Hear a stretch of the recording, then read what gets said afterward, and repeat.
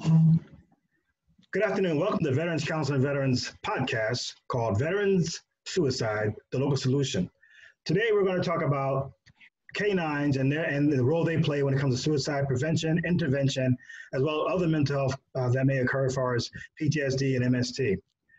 One of the things that we feel in Veterans Council and Veterans is that veterans suicide is a national problem, but has a local solution. And that local solution is us. And what we try to do in Veterans Council and Veterans podcast is introduce you to people who are actually part of the fight when it comes to preventing veteran suicide. Today we're going to do K9s, as I mentioned before, K9s and suicide prevention. And our guest will be we have a CEO from the K9 Partners for Patriots, Mary Peters, and we also have another K9 specialist called Southeastern Guard Dogs, and we have Katie Young for that. So what I want to mention first is that I want to get so you can understand the effectiveness of suicide and the service member. So anyway, first of all, everybody here has their dog. Everybody make sure you introduce your dog. This is my dog, Rufus. Hi, everybody. And so that the dogs for us is really like family. It's one of the things we want to emphasize to you. The dogs are a lot of times part of that family, and that by itself is part of the therapeutic process, having somebody that's really considered part of the family and not just a guide dog. But before I do that now, I want to introduce Kelsey the Marine. And Kelsey, can you please tell us some of your journey that you had when you actually got your service dog? So yeah, I was in the Marine Corps from 2010 to 2015. And I got out. I contracted at SOCOM for a little bit over in at McDill, and I was going through the VA system with everything and doing the therapy and taking the medicine and all that stuff. When eventually, I think it was like 3 years later, at my vet center, the therapist that I was seeing there said, why don't you think about getting a service dog? And I was like, oh, I don't know. I don't know if that can really help me. So she said, well, just, put an application in at one of these places, and gave me a list. And I put an application in at Guardian Angels Medical Service Dogs, which is in Williston, just south of Gainesville in Florida. And eventually I got paired with, this is Flag. Hey, Flag. He's taking a little bit of a nap. But I couldn't really do anything. I kind of just went to work and would go home, and I didn't go out with my friends. I couldn't go to the grocery store. I was almost hopping out of my car in traffic because I was so mad all the time. So when I got him, Guardian Angels, they do 11 days where they train you with the dog. So you kind of learn how to walk with the dog, and they teach you all about service dog laws and stuff like that. And then after that, we slowly but surely, I can do basically anything from prior to when I joined the Marine Corps. We go to concerts and football games, when we can do that. So it's just been a much better option for me than the medicine and all that stuff. There's obviously it's a little bit different than all that, but I think it was the right route for me, and I'm glad that my therapist is the one that suggested it. I'm glad she did. Thanks very much, Kelsey. What I want to try to do is I want to go around the horn. We have some of our tribe here, and I want the tribe to introduce themselves and introduce their service dog as we go around. So we'll start with Jean, LCSW. How you doing, Jean? And introduce us to your tribe. Hello, I'm Jean, one of the tribe members here. I'm an LCSW mental health counselor, and I have 4 of these gorgeous little dogs, Papillons, my personal favorites. So this one's Butt, because he was born all white with one little black spot on his butt. So the name stuck, so we just call him Butt. Oh, Butt. Mm-hmm. Yeah. Great, thank you. And then is Ranger around? Ranger. Hey, Ranger.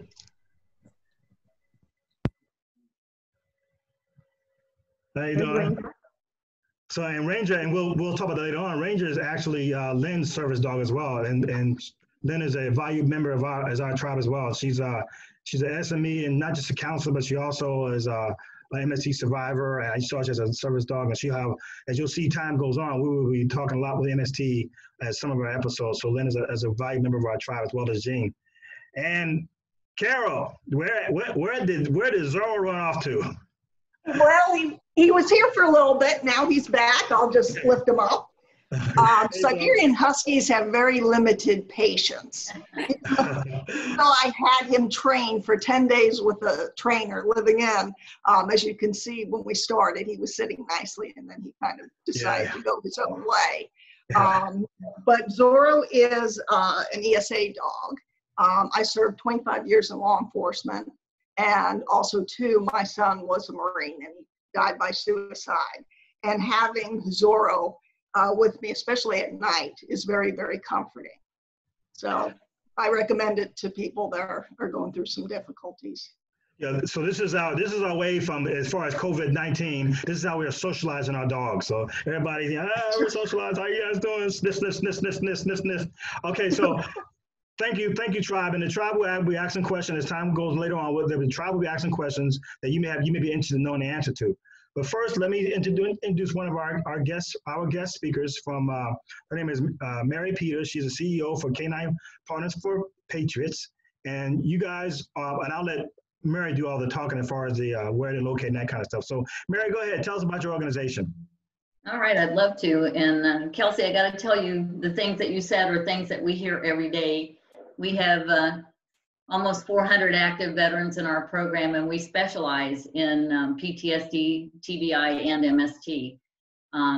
Our program is located in Brooksville, Florida, and I am the founder of K9 Partners for Patriots. The past CEO, I gave that up about 9 months ago, so because it kept me from working with my veterans, which is why I founded it in the first place.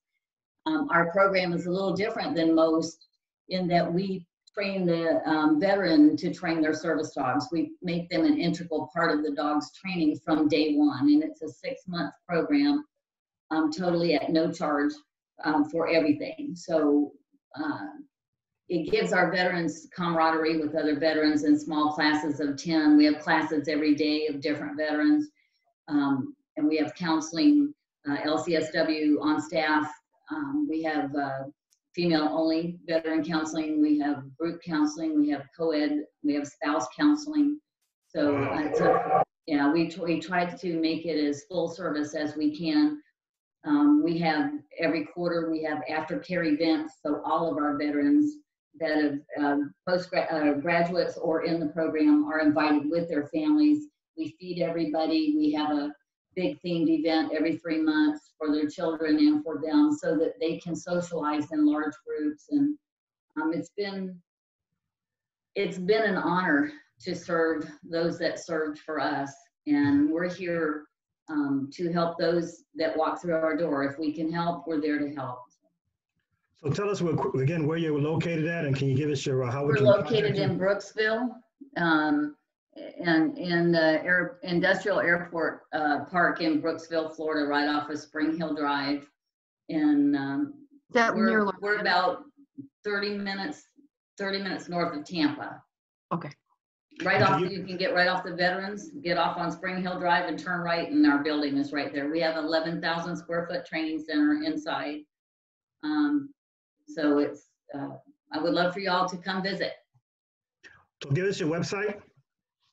Yes, it's K9, letter K, number 9, partnersforpatriots.com.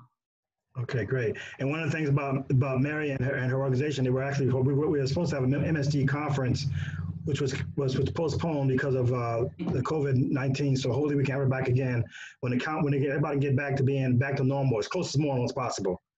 And we're asking questions too. So the tribe will ask some questions to you later on, Mary. But thank you for what you're doing and how you're helping our veterans. And I want to learn more about what's going on with the COVID-19. But I want to. We got Katie Young here from Southeast Guide Dogs, and so Katie, where are you guys located again? We're in Palmetto, Florida, which is just north of Sarasota, south of Tampa. Okay, so tell us about South. What'd you say, Lindsay? You say something? Anybody want to move to my side? I'm on the opposite side. Well, luckily we serve all the whole United States, so I can go It's over just there. hard for training and purposes. That's true.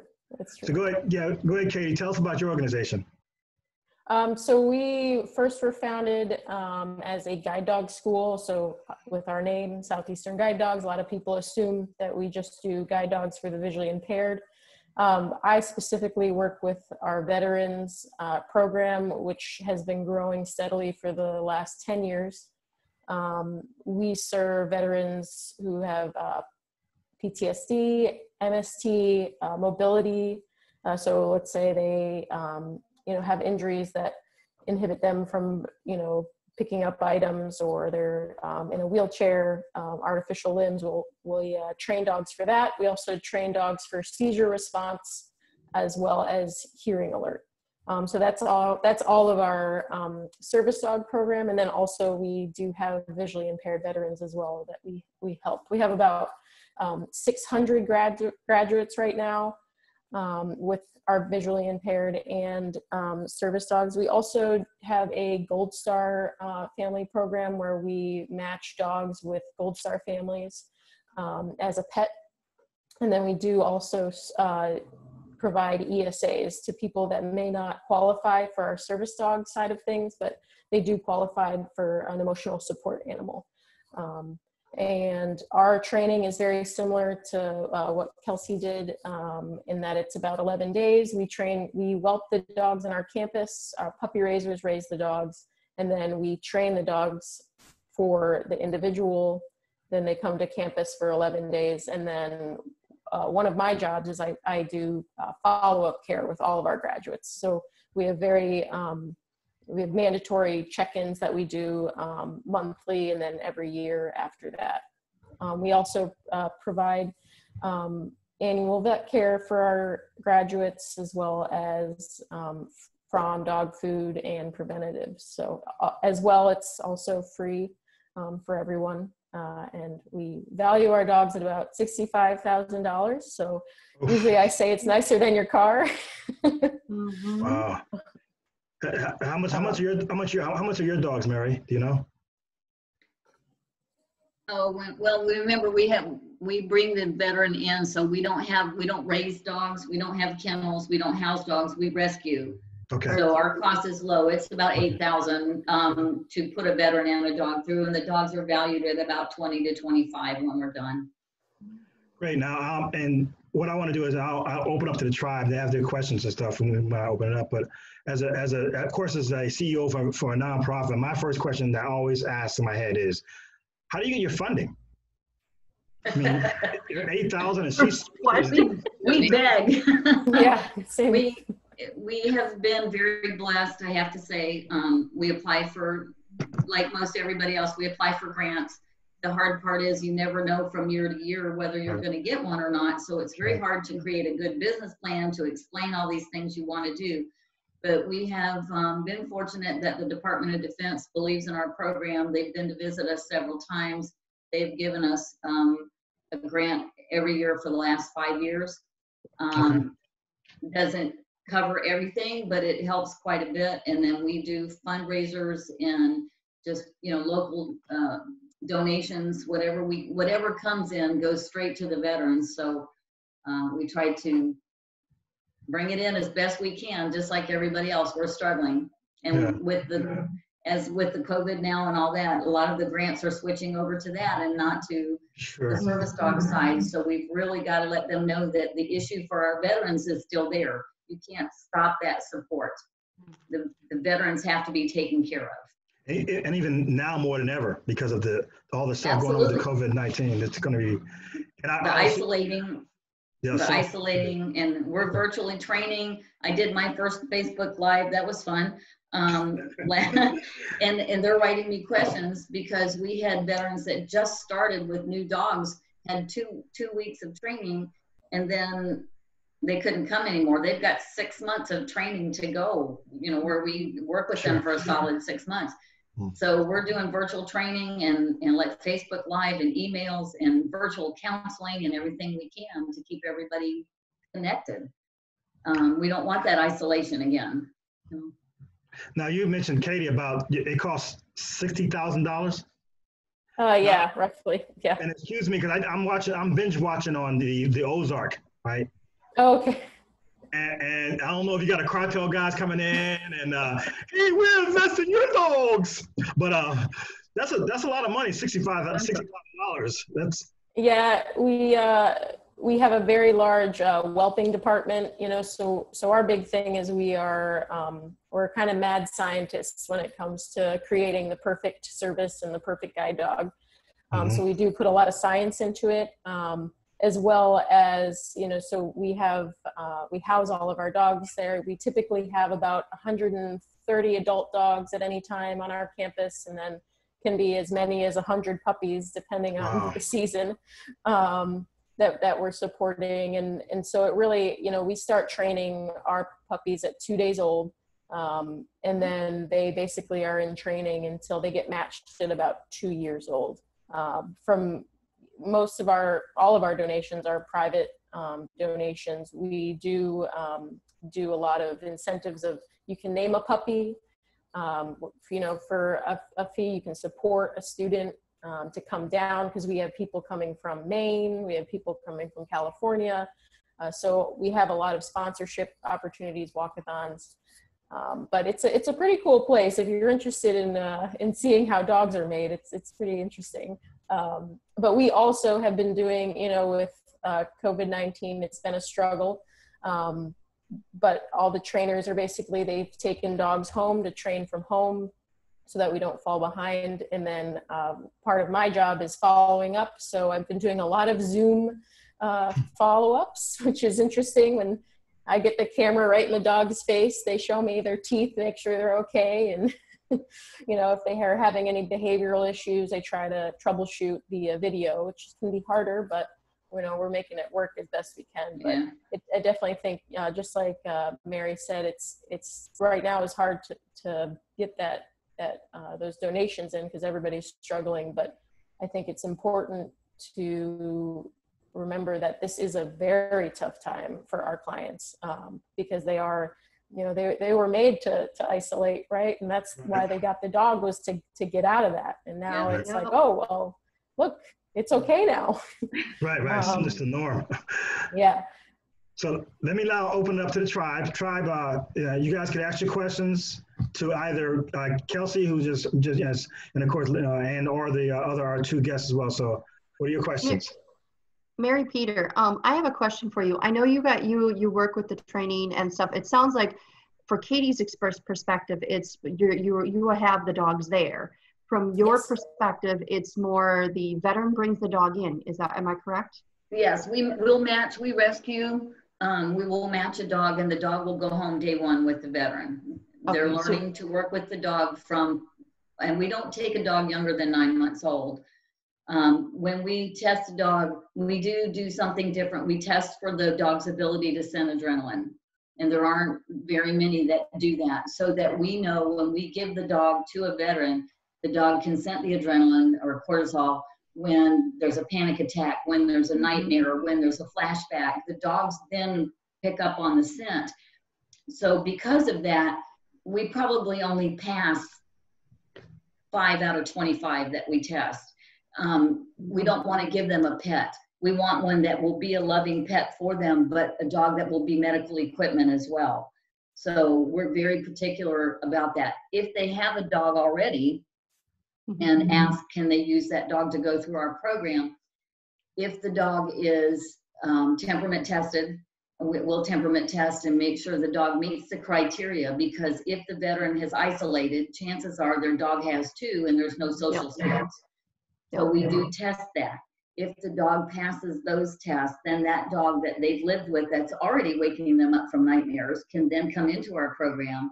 And we are fully accredited, so we can certify your dogs, even though there isn't a national certification, you know, but we are fully accredited and congressionally recognized as well. So it gives some credibility to their service dogs. Okay, because the reason why I was asking, because we do have a lot of women, we work with the women veterans with a lot of MST in our program, with MST, and it's always how you get a dog. And then even with Katie, it's, okay, we've got a dog and this is what you get to pick from, or how can I bring my own dog? So you kind of, it's two perspectives you guys are bringing to the table, which is great. But it's just being able to what are the eligibilities for each group? To get into our program, there's only 4 things we require. And one is that you have to have an honorable discharge. You have to have a diagnosis of PTSD, TBI, or MST service related. Doesn't have to be service connected. We don't care if you're getting compensated for it. We just need to know that the diagnosis was caused by your military service, or while you were in the military. You cannot have any felonies and any charges of domestic violence or animal abuse. Okay. So sorry. Go ahead. I have one question for you, because this comes up a lot with MST clients. MST clients that come from the military, I would say about 15 to 20% of them are either dishonorable or general discharge. And you guys don't cover? I'd say higher than that. Higher? Okay. Higher. So how do you work with those individuals? Yeah, because that's what we see a lot of. At this point, we can't, we're servicing, because people have to come to us for training. We're actually servicing 34 counties in the state of Florida. I've had people from Georgia and Louisiana that come here and get an RV or whatever for us for them to go through our program. I would love to help those, but our bylaws are that it must be an honorable discharge. And it hurts my heart, but I can't help them all. You know, I want to, but we're a small, believe it or not, we are a small business with like 9 employees. That's it. No other outside staff. I'm the lead trainer as well as the executive director, and we're small, so we can't. I wish we could. I know, and it's very limited. That's why we have so many different organizations. And Katie, what is your regulations or eligibility? So ours is very similar. We also require an honorable discharge. Now, it has come up about, a general, and we have discussed it. I'm not sure where we are in that process right now of that. But we do also, we require a PTSD diagnosis if they're looking for that type of dog. Now, let's say it's someone who doesn't, is missing a limb and all they need is mobility, then all that we require is basically a report from their doctor. And then if they do have PTSD or MST, we do require a mental health report. We do also look for 3 letters of reference. That's important to us to see kind of, what you'd be surprised what some people will say. Or fake a doctor's letter. Exactly. Yeah. So we do a background check as well. So I think our process sounds pretty similar in that respect. But we do, so part of my job is I actually screen, once they get all their paperwork in, I do a phone interview with each client. And then if they pass the phone interview, I actually go to their home. So even if they live in Washington State, I go to their home, I bring a dog. I do a home inspection, and then I kind of call myself the Match.com of service dogs. So I've been doing this for 9 years. I feel like I've gotten pretty good. But so there I see them interact with the dog. If they have another dog, we can see how their dogs interact. And then we come back and I basically create a file of this is the type of dog this person needs and this is what they're looking for. And then we start looking at our training strings for that dog. When you do the training, either one of you guys, especially when I work with a lot of MST, I have a few that are mobility. Have you combined, because there's different tasks for each of them, the PTS, MST, and the mobility. Have you had many of those individuals in combining those tasks, or how have you worked with that situation? So for us, we basically will we start all dogs in the PTSD tasks. And so pretty much most of our dogs in the service dog program have those. And then if they need mobility, then we just will add those tasks to it. And we find that works pretty well to have basically the dog would be more well-rounded with the mobility and the PTSD tasks. We do the same thing. Anybody else from the tribe? I have a question for Norm. If he could share with us his work with horses and veterans. Okay. Dogs too? In working with veterans, I've had a lot of success in helping overturn bad conduct discharges, especially when you can read between the lines and tell that, you know, they were living with MST, they smoked pot and got kicked out because they got screwed over by their commander or whatever was going on. You can tease that out and get a good DAV rep or a VSO, and you can overturn a discharge for the benefit of the government. We have had a lot of success with that. What I do with Code Horse is technically bridge the gap with canine and equine therapy. The same way that, you know, a dog will lick your face if you're having a nightmare, a horse can't do that, nor would it. But, you know, the other issue is that with the horses, we can help the veteran find, you know, self-interoception. Everybody's great at taking care of everybody else, but then when it comes to taking care of themselves, we all generally suck at that. So we can bridge the gap between what the service animal, like what the service dog can do versus what the horse can do. We've had a lot of success with bridging those gaps, connecting with outdoor experiential, brain-based, all that fun stuff, doing the retreats. Yeah, so I could field about 20 million questions and go in 30 different directions. So Can you still take a horse on the airplane? Miniature, yes.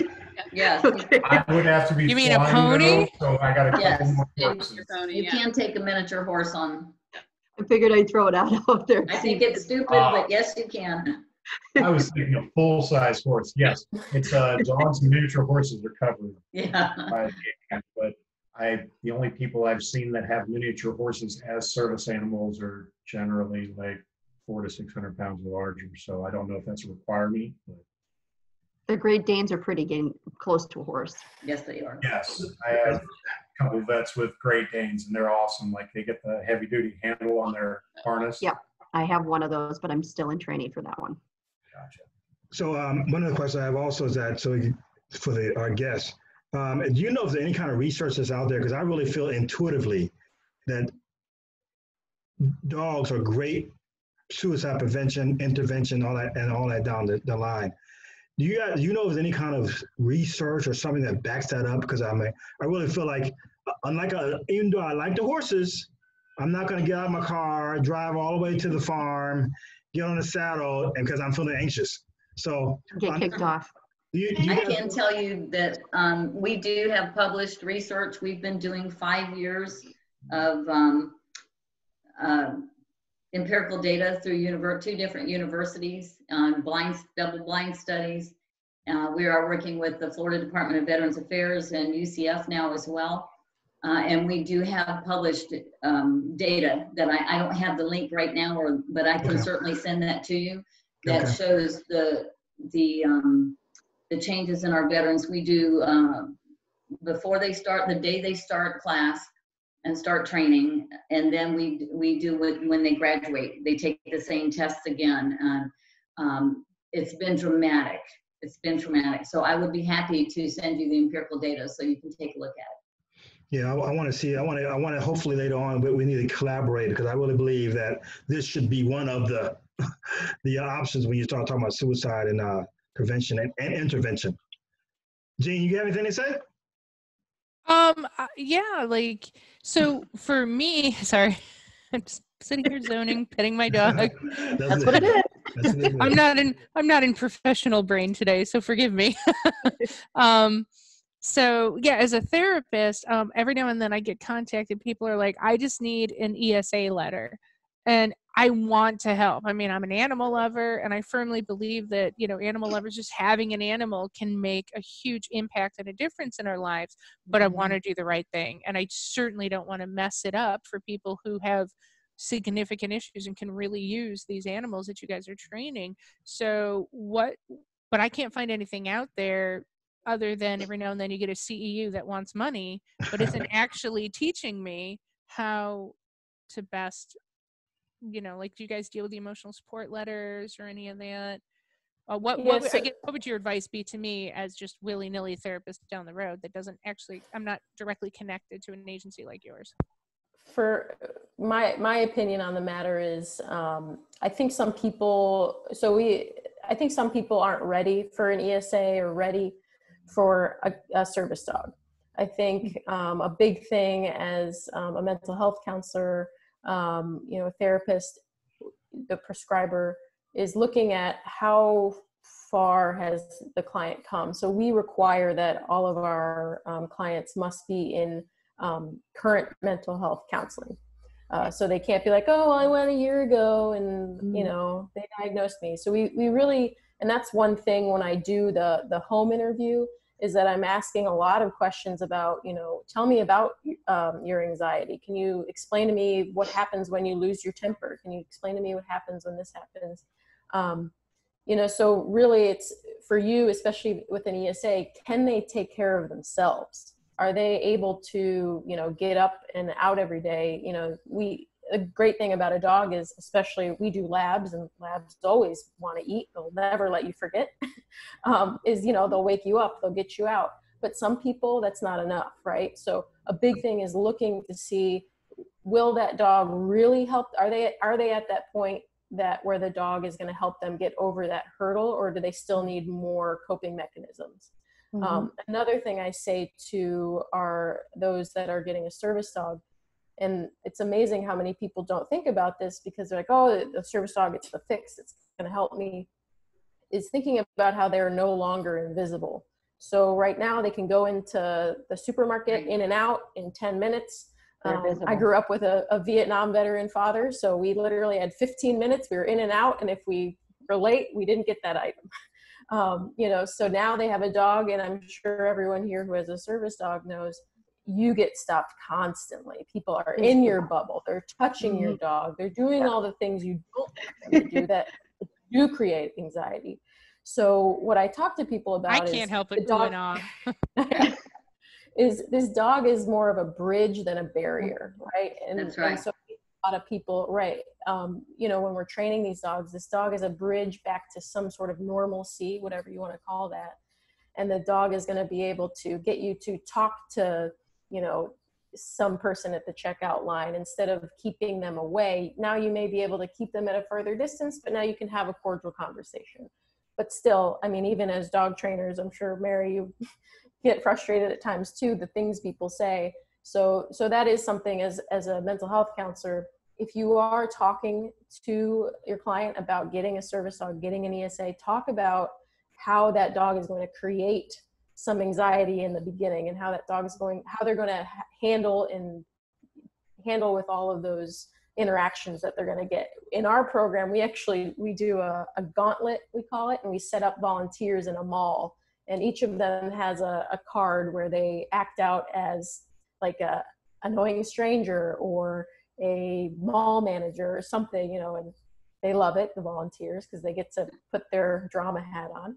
And then our clients love it because they get basically 15 people on them and really showing them what it's going to be like to have these people in their face, So I think that's a big thing, is setting them up for success of, all right, you're going to have people talk to you more now.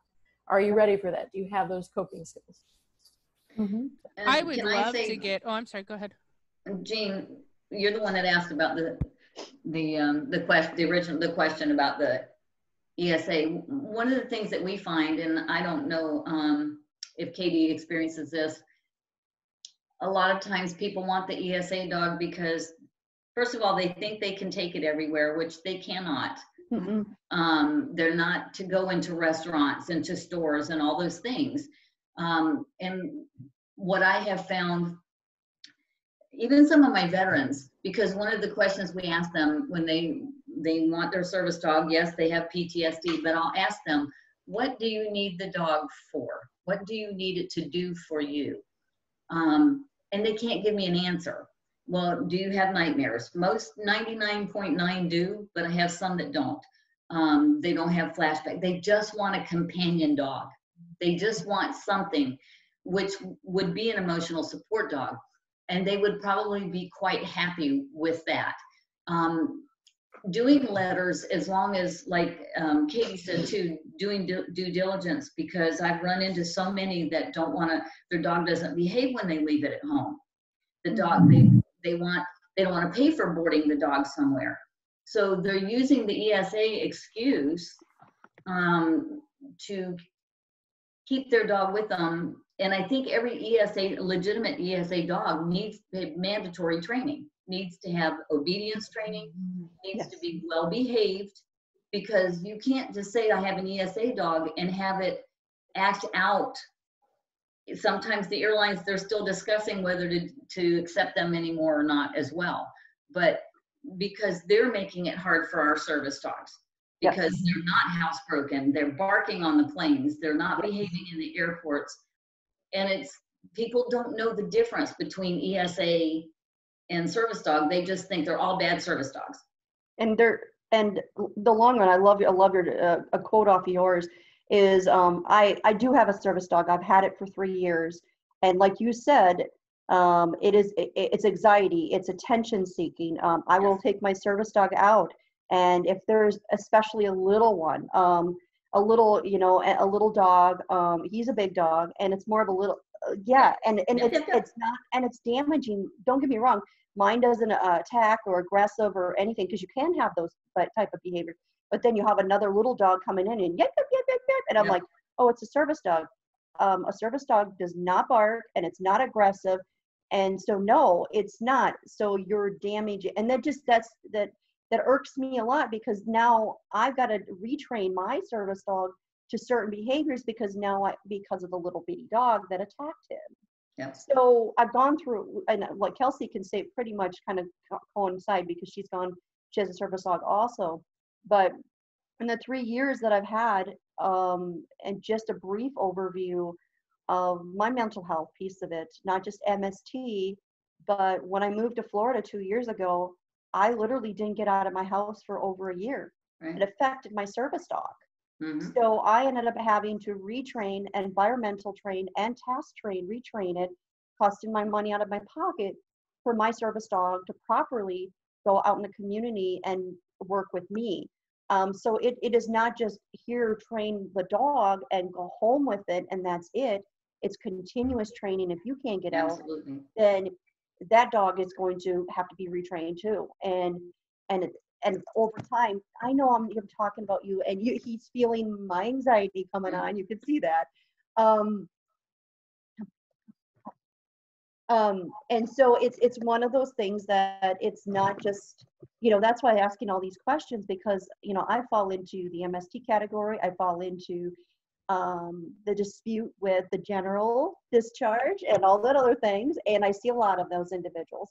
But in the general idea, it's a struggle with mental health, because there is days, like I think Katie said, there are days that testing the person, can that person take the dog outside? And it's lucky that my husband is around, because there was days that I wouldn't be able to get out of bed. Mm-hmm. But then finding out it was an issue that the mental health, not the mental health, but my physical being was taken over, and they found medication to fix it to the temporary purpose. But in the general idea, the service dog for me has 3 different tasks. One for mobility, because there are days that it's like I have MS and I just can't walk in my feet. I do have mobility things for my ankles now. Another one is he does give hugs, and he does tap when I'm in uncomfortable situations. There are a couple other tasks, but those are his main tasks. My anxiety, talking about it just now just brings my anxiety up higher, because then you're looking at, what do you see in the community compared to the education that's needed out in the community between the ESA dogs and the service dogs. And the service dogs, to me, is a medical equipment that I can't live without it. Yeah, that's the difference. Yes. So Caleb, do you have anything to add? Yes, first and foremost, I'm very excited and I appreciate and humbled all the information that you guys are giving us right now, to our guests, to the CEO and Southeastern Guide Dogs. I'm just your typical crayon eater. I don't have a service animal or anything like that. I get to use this when I go to the bar and I meet Joe Schmuckatelli, and I get to tell him, like, hey, this is what you need to do in order to get a service I've got two questions. Maybe Katie and Mary can answer this question. In the event that a service animal gets sick or injured, what is your guys' SOP to replace that service animal for that veteran that can't walk or whatever the case may be? Do you want to go first, Mary? Sure, mine's probably a lot shorter because you do a little bit more with that. If it's a dog that we've provided, absolutely, we will work to get that veteran another dog. He'll be the first to go on the priority list and be first to get another dog as soon as possible. If it's their own dog, again, it's still just as important to us because it's what's helped our veteran get better. So if they lose their dog or their dog is ill, we will get them another dog. Our policy is, you know, especially if they're already established and in the program and working, and something happens to their service dog, then absolutely they will go to the top of the list and get another dog right away. It's similar for us. So we do our follow-up care is I see them every year. I'm usually in contact more than that. For instance, I did have a dog that was at an event and another service dog came out and attacked him and actually bit his ear off.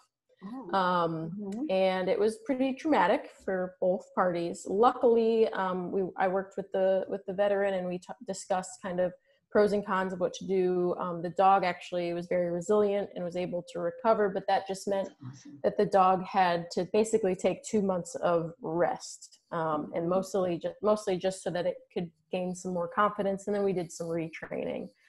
In the case of retirement, we actually do require our dogs to retire at the age of 11. You know, it's kind of like humans, we deserve some retirement. So do the dogs. They get tired, their hips start to ache, you know, things start to happen. So when they're about 10, we talk about retirement. And then honestly, I have a lot of people that don't feel like they need a dog anymore. They feel like the dog has helped them enough that now they are able to bridge that gap and they don't need it.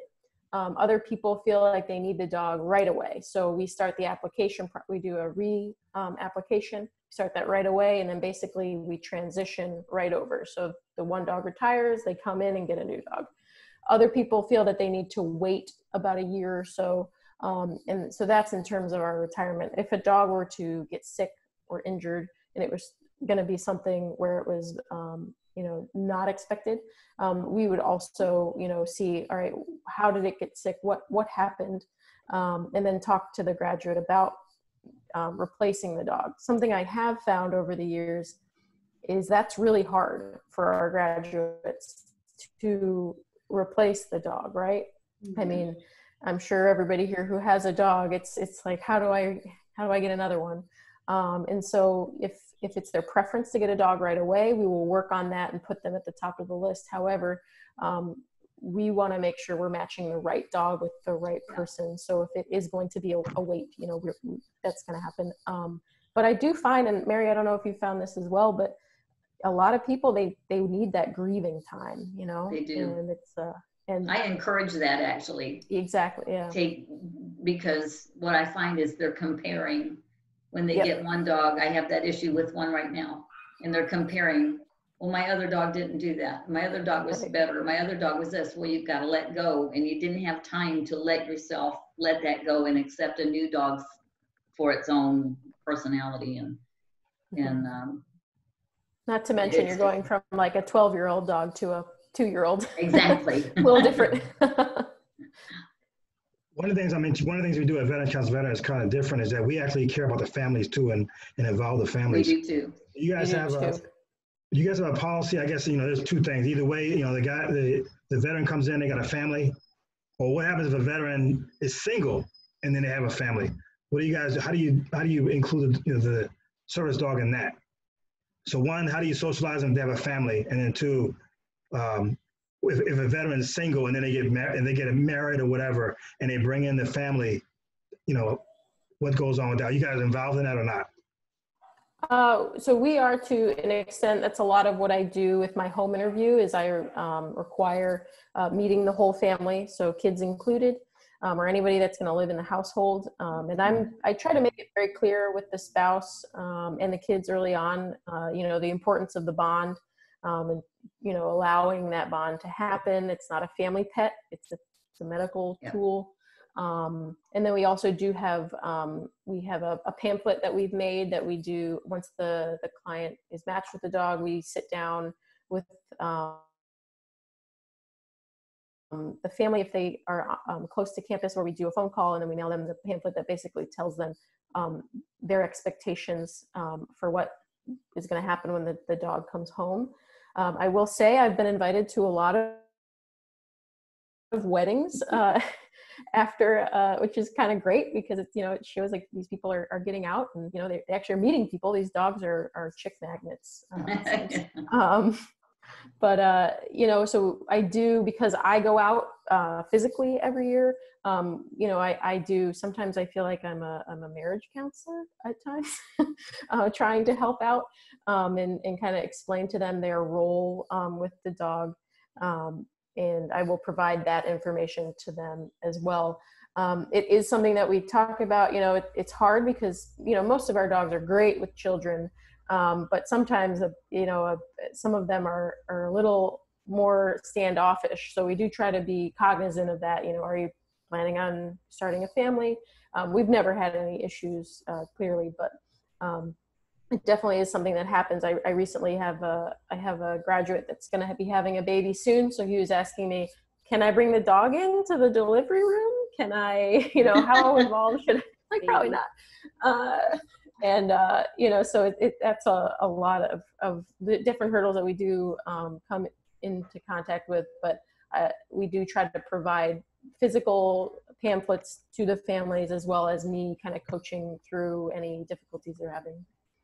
And for us, because we are a family, and I tell my veterans when I founded this was to create a family of support for veterans. And it's just like veterans counseling veterans, we're veterans supporting other veterans through training, getting them out, camaraderie, getting your unit back. So I have hands-on with my vets. I hug every one of them. That's probably going to change now thanks to COVID. But my vets get hugged when they come in. They get hugged when they leave. I know their families. I know their children. And I have to admit now I have to get name badges because we're getting so many. It gets a little harder, and I don't want any one of them to feel like they're a number. I want them to know when they walk in the door, I can say hi to my veteran, hi to his children, his wife by name. Now, if they come without the dog, I'm lost because I see them as a unit, But we do the same thing. And like I said, every 3 months, we have a huge event for all the veterans in our program and their families, their children, and the dogs. So we have several hundred dogs under tables. We have face painting for children. We're talking to the spouses. So we really keep that family environment. So we're pretty much aware of, who's pregnant, who's got what dog, and who's getting married. We actually had 2 of our veterans meet there and get married in our facility. But I won't let anybody do it again. You can get married, but we're not doing it at my facility. But it's been an experience. So we really are trying to keep this family, and our family just gets bigger, and we just keep adding one more, and they get welcomed into the fold, and they start doing things with each other, which is our goal. They're going fishing together. Some of them are going shopping together. I had an all women's class, which all MST victims, which has never happened, to have an all women's class. They far surpassed the men, sorry guys, this much. They knew what they wanted. They knew what they needed to do. They got down to work. They set the bar so high. I have never had a class like it since. But anyway, I hope that answered your question. Do you guys, both of you on your end, I know you guys talk about a lot of the dogs and how you place them and this and that. Have you seen, and I know this is a very broad question, but have you seen like certain dogs you use for certain things? I know there's so many out there, like German Shepherds, sometimes they're good for this and sometimes they're good for that. Sometimes you see a lot of Goldens. Is there a specific breed or something specific or a task that you use? I know that's a very broad topic, but is there anything? For Katie, there is. I will just say for us really quickly, we have Dachshunds, Yorkies, all the way up to St. Bernards and Great Danes. We don't look at the breed of the dog. We look at the temperament of the dog and the nose, the ability to scent the adrenaline, and what the job is that the dog needs to do. For MST, nightmares, the flashbacks, those kind of things, it doesn't matter if it's a big dog or a little dog, but most of my MST victims survivors, want that big bad looking dog. And we don't want them to have that. I love shepherds. I have had German shepherds for 30 years. And Carol, I heard you say you were law enforcement. I was on law enforcement. I founded a law enforcement K9 team, and I did body recovery for 8 years with a cadaver dog in and out of the country. So thank you. I tell my guys I'm not a vet, but I've seen a lot that I wish I hadn't seen. Yeah. And but I don't know. I'm lost my train of thought now. Yeah, type of dogs. Yeah, we have all. I know, Katie, they breed specific, which is wonderful. For us, I find that the best combination, if I was to go by combination, is a hound lab mix for us. But we'll take what we can get that can do the job. Some of our vets don't want a big dog. They want that little one to hold that wakes them up from the nightmares, that does all the same work. Those for mobility, obviously, we get bigger ones. We do our best to match the vet up with if we find a dog that we think is good, we're not going to say, here's the dog, you have to take it. We're going to say, here's a dog that we know scents adrenaline. We've already tested it. I want to see how you feel with the dog. Do you feel a connection? Is it bonding with you? We're not going to make them take it, because if they don't, the next vet's going to want that one. Correct. And I was thinking, Katie, and I see a lot of dogs. I work, I see dogs, so much, and I've been born with different kinds of types of dogs. And I think mainly for me, it's been big dogs. But I think some of them I've noticed, maybe it's just my mental health stage too, but I see some dogs are more hyper, like you get the lab, you get that hyperness. And then you got some dogs, which I have now is a Great Dane, a total different behavior. And I see the less anxiety in me with the Great Dane than I do, so I think that's why I'm kind of asking that question, not just for my purpose, but for other, you see other people with anxiety, and I know it's pretty much the right fit when you try to find the right fit. You want that low, that soft demeanor, calm dog to keep the veteran, the person calm. And I'm sure that's what Katie in their breeding program breed in those, and I'll let her do that. But yes, there are breeds. We're finding really bad issues with the doodles. We're finding aggression showing up 2 years down the road. In lots of them. So, wow. And they're hyper, what we've experienced with that particular breed. I'm careful about the shepherds, the Dobermans, and that kind of thing. I'm a shepherd person. I've had them for 30 years. And as you saw, I have one now, but not everybody can handle a shepherd. You need to know what you're doing. They can be protective, and if you have mobility issues and you fall and somebody grabs you, I don't want the dog grabbing the person. So we're careful about that. That's why the labs and the Goldens generally are softer temperament. And Katie, you can take over. Yeah, I find we do a Goldador, so it's a golden retriever, Labrador cross. Not a doodle, not a big fan of doodles. I do find, I also love shepherds, but I do find them to be a little higher on the anxiety scale, not as high as a Malinois, but they have those too. But when you put an anxious breed with an anxious person, it's usually a recipe for disaster. So, the lab, usually they're usually, and we have, it's amazing when we breed basically just labs now, but it's amazing how different they can be. But they're a little bit more mellow in temperament. A lot of people say, why does your dog look so sad? I'm like, no, he's just content. He's lazy. But we actually are phasing out our Goldens, mostly to focus mostly on the Labradors, get that health, get that temperament. I do find Goldens, at least the lines that we had, to be a little bit more anxious, which is not good again for us. I like to tell people, if you need a dog that's going to crawl inside your skin, Mhm. And that's a golden. Then you need a golden, right? If you want a dog that wants to live inside you, that's a great dog for you. Or a golden. Papillon. Or a Papillon, yes.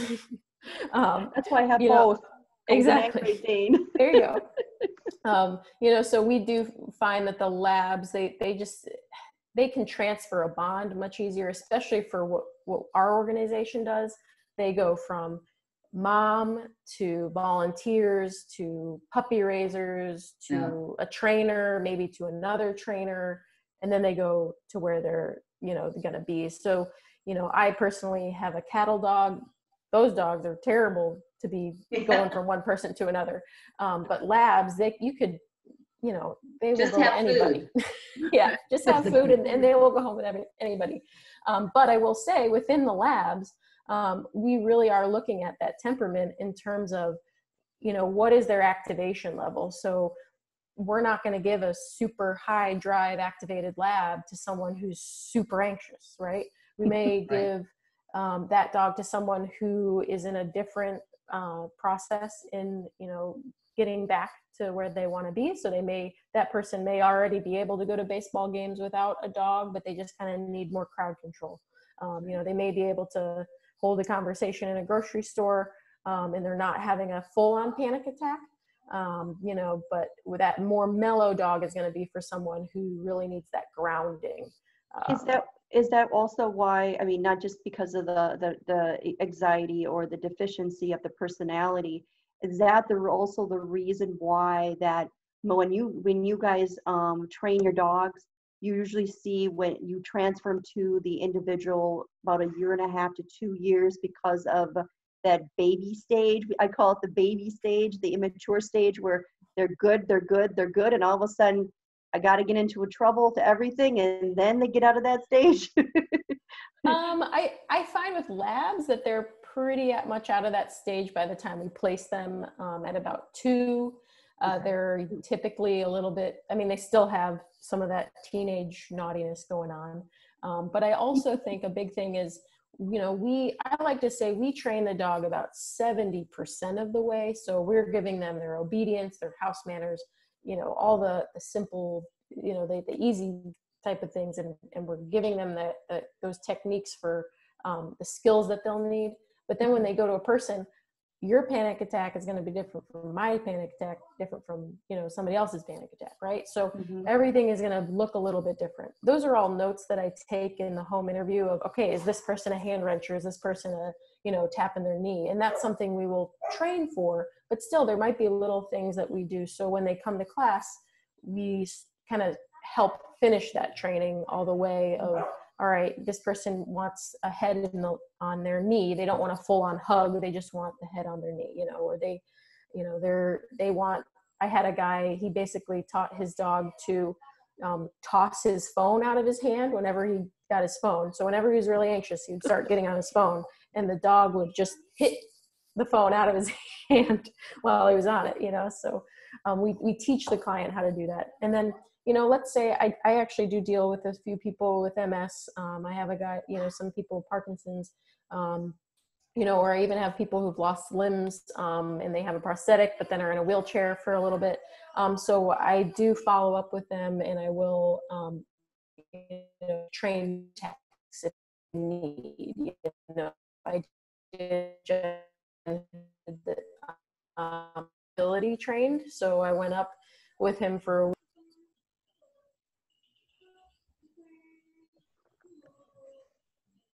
Everybody freezing, or is it just Okay, me? yeah. So can everybody hear it? Yeah. And we've been on here for a minute. I want to do a real quick last minute conversation, comments from our guests, and then we'll wrap it up. Kelsey, do you have anything you think would be important for us, for the people out there to know about having a service dog? Just to hit on the it's not for everybody thing, and to definitely do your research on it. It's not a fix. You do become kind of a spotlight everywhere you go. I mean, you can't run into a store or run out, but I think you just have to weigh kind of the risk versus the reward. You know, are you content just staying at home and that's just how you kind of want to live, or are you okay with kind of being approached while you're out? And taking care of this dog. And obviously talk to your doctors. They're the ones that are going to be able to probably tell you, like, yes, you might be able to benefit from this, or no, we should probably try something else. That's just what worked for me. I love Guardian Angels for, they do a lot of the same stuff that these organizations do. I actually started volunteering for them. So they're basically my family now. So it's also a great way to get into a community again, because when you get out of the military, a lot of times that's what you're missing, is this sense of community and brotherhood and sisterhood. And so I kind of have found that, which I didn't even expect. So it's what works for me. I love it, and he's taking a nap, so. Off duty. Yeah. Never off duty. Never off duty. Yeah.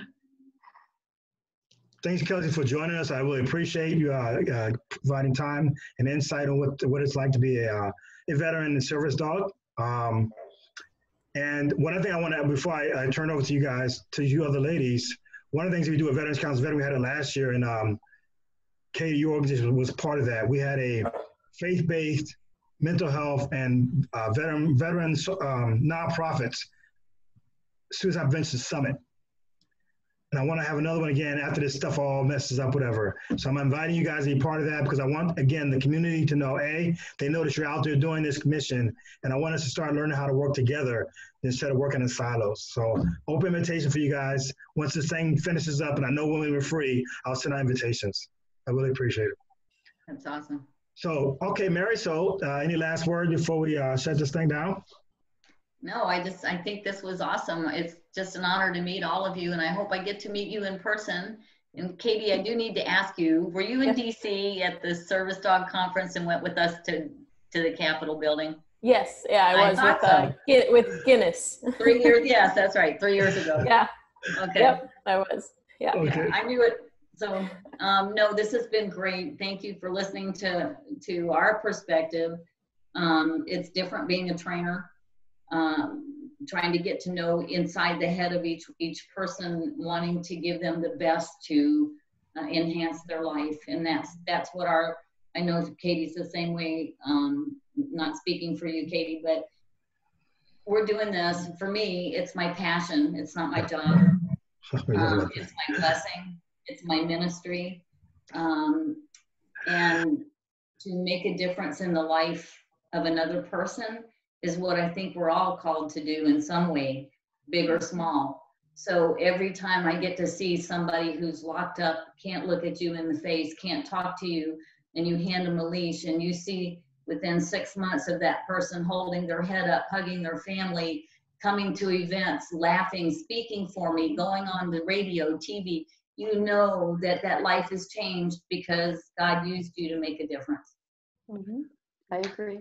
That's interesting, and as Carol knows, we talk about this all the time, Carol, all the time, that this is a ministry, and God refuses for us to fail, no matter what I do.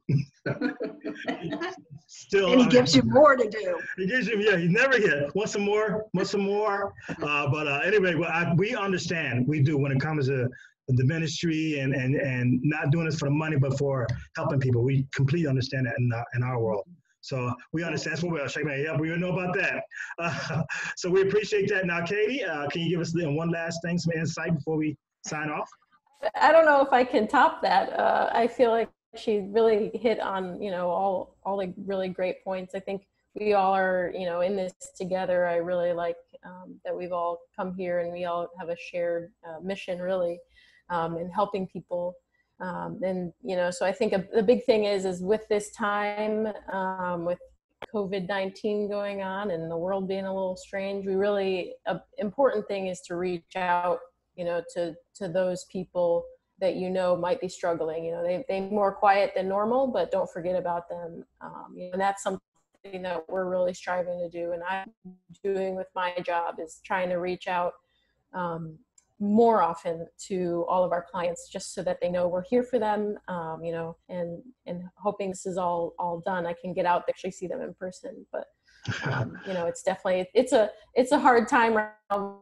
We're trying, no, not again. biggest Well, thing is hey, Tony, are you? check on the.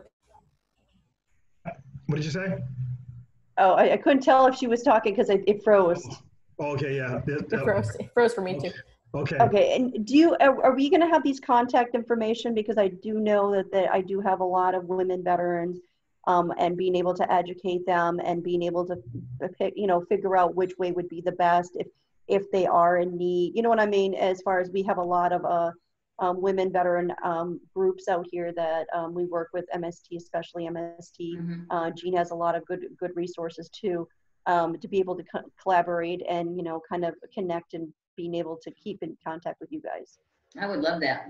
Yeah, just send me information, and we'll create a resource page, at least on Veterans Council of Veterans. I know, Lynn, you have an organization, that kind of stuff, so we can create. The greatest thing is that when I talk about you guys, I know you. I know we only talked for the last hour, but that's a much better feeling when I sit there and say, go here. Yeah. You go down a phone book and say, how about that? So that's a good thing, and what I like about the localness. So just send me information. We'll put you on our resource page, both Mary and Katie.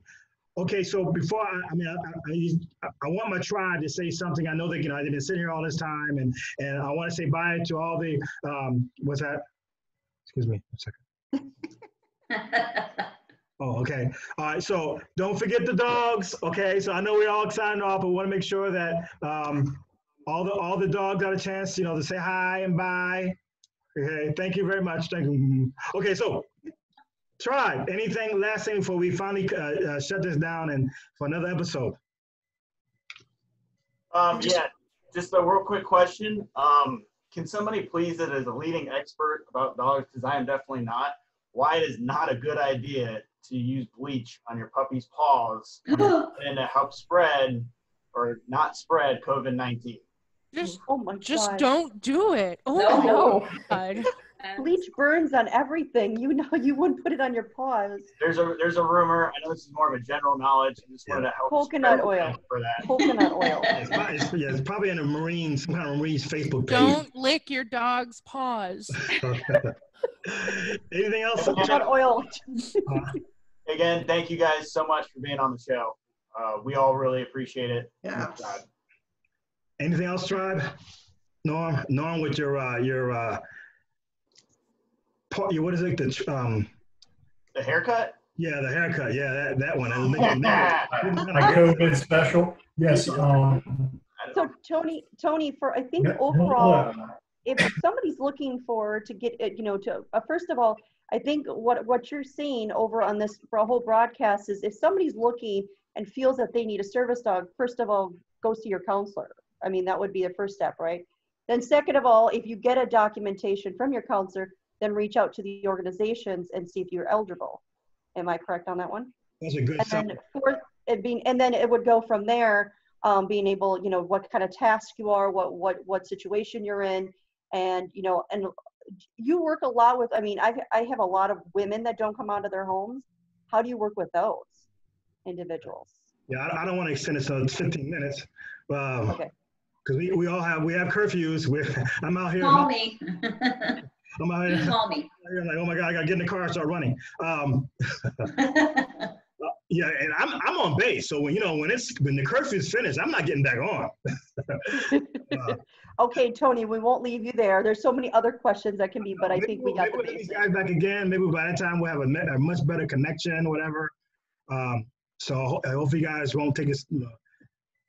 Well, anyway, maybe we'll invite the guys back and we have some more conversation going on. This was good. Thank you. You're welcome. Spartan. Yeah. That's what Norm reminded me of Spartan. Spartan.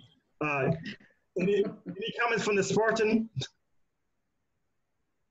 You need a dog. I do.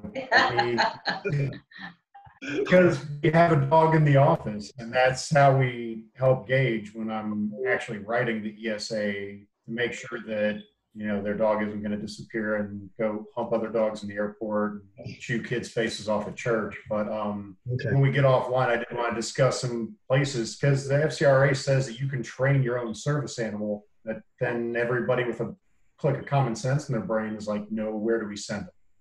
Or most importantly, where do we send the person to get trained? Because I can't put in enough hours with somebody to train the individual to make sure that they're not going to let their dog be a turd. So They need if to you have know resources to that, I'd be much appreciated.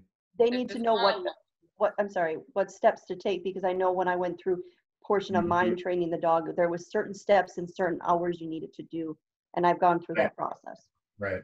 Yeah, our vets have 360 hours of training with their dogs. Wow. Right. Carol, any closing statements or comment? No, I just want to thank Southeastern Guide Dogs as well as our K9 partners for coming on today. And the information you provided is so helpful, and God bless you for what you do. Thank you. Thank you. Anything? Anything, Gene, with your 4 dogs? Oh yeah. See, I got 4 little ones instead of 1 big one. I will definitely be following up with you guys on the offside, because I definitely, like, as any of my peer counselors we're terrified. There's no training for us. I don't want to get sued because I said you have a diagnosis, and I think that you should get an animal. So I would definitely like to, go offline with you guys to talk about what I can do, maybe work with your therapist on what my template should look like, and maybe put something in there like, I've advised this and I've given them these resources to contact these people to figure out train, because some of them are like, I already have the animal, and unfortunately sometimes they're like, I don't want to pay the fee at my apartment. Like, well, That's it. Yeah. That's it. I want to keep my animal nobody in my does. apartment. Like, Yes, okay, nobody wants to pay that fee, but right. Okay, guys. So I'm already sorry for 8 after 3, and I got like 20 minutes to get back to the base.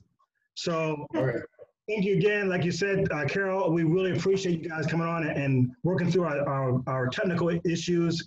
I'm hoping again we can do this again as time moves on, so people can understand that the importance of canines when it comes to veterans mental health, and specifically I consider suicide and stuff. So Mary, we'll talk more about that, those studies, so I can start running some links and stuff in that as well. Okay, I'll get those to you. Okay, guys, for all my listeners out there on Veterans Council and Veterans podcast on Veterans Suicide Local Solution, I want to thank our guests again, the Southeastern Guide Dogs, and as well as the K9 Partners for Patriots for being here to talk about what the service they provide and how they help out our community when it comes to veteran suicide and veteran mental health.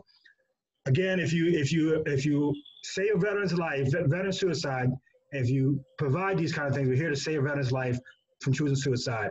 Until then, I'm your host, Ellsworth Williams. This is Veterans Council and Veterans podcast, out. Tony. Bye. Bye-bye, guys.